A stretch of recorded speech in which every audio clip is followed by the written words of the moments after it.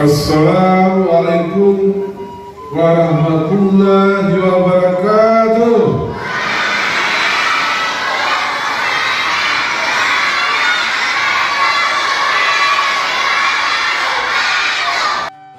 Menjawab positif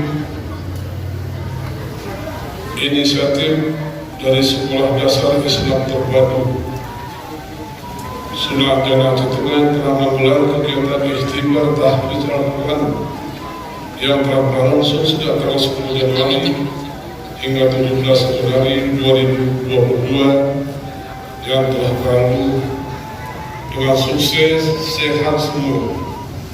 Kepada anak-anakku, para peserta yang telah usai mengikuti kegiatan ikhtibar tahfiz Al-Quran, sekali lagi mengucapkan selamat.